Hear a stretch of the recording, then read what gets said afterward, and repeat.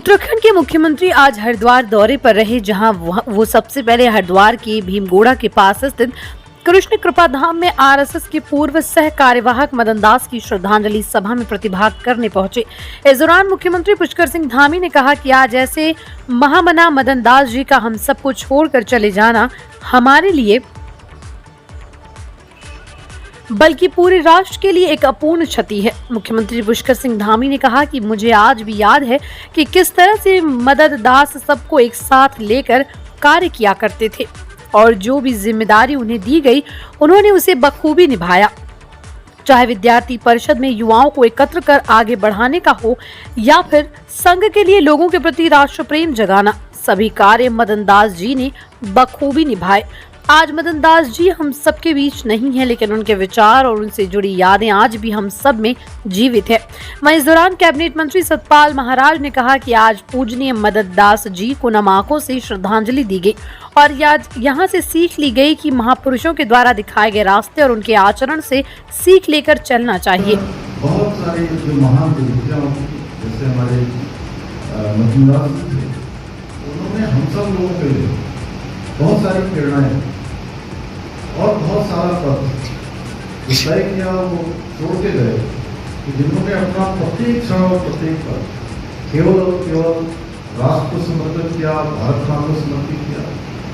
मैं आज चूंकि ऐसा लग ही नहीं रहा, क्योंकि पिछले वर्ष जब वो यहाँ अपने स्वास्थ्य लाभ के लिए यहाँ पर आए थे तब उनसे भेंट की थी।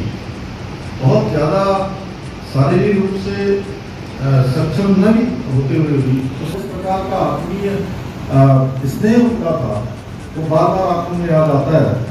और जिस दिन मैंने उनका समाचार सुना कि उनका शरीर पूरा हो गया है, स्वर्गवासी हो गए हैं, तो कदापि विश्वास ही नहीं हो रहा था कि हमारे बीच से चले गए। कई बार लगता था कि इतनी कठिन स्थितियों में उन्होंने ये सोचा था कि जितना हो सकता है, और उस दिन भी वो इस प्रकार से बहुत ज़्यादा उनके मुख से आवाज़ नहीं निकल रही थी, लेकिन उसके बावजूद भी ये कह रहे थे कि लगे रहो, अपने काम में आगे बढ़ते रहो।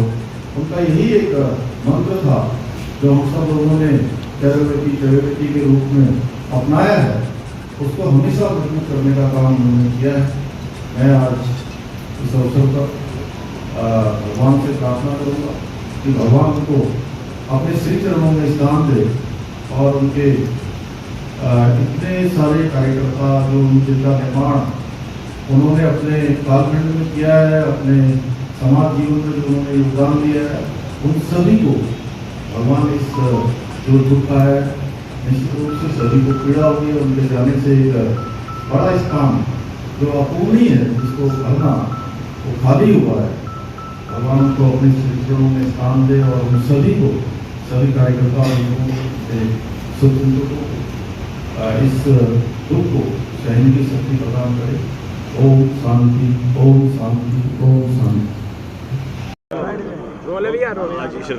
अभी हमने स्वर्गीय मदन दास जी को श्रद्धांजलि अर्पित की और जैसा कि हमारे शास्त्रों में कहा है, महाजनों ये न गता सपंथा, तो महापुरुष जिस रास्ते पर चलते हैं उस रास्ते पर हम चलें, यही प्रेरणा यहाँ से मिली है और सभी ने भावभीनी श्रद्धांजलि अर्पित की है।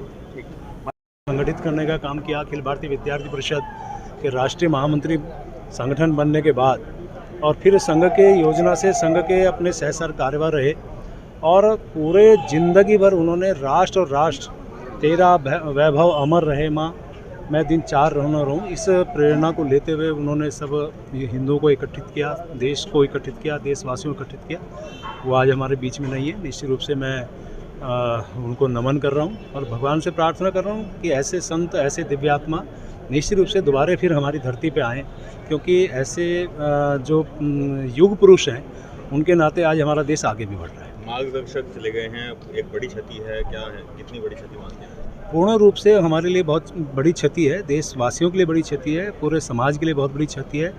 क्योंकि जैसे मैंने कहा ना, उन्होंने अपने ध्येय वाक्य बनाया, तन समर्पित, मन समर्पित और यह जीवन समर्पित। तो इस भाव के साथ जो व्यक्ति जीता है तो निश्चित रूप से उनके जाने से जो क्षति होती है वो तो अपूर्णीय क्षति कहलाएगी। लेकिन मैं उनको अपनी श्रद्धा सुमन अर्पित कर रहा हूँ, उनके चरणों में नमन कर रहा हूँ।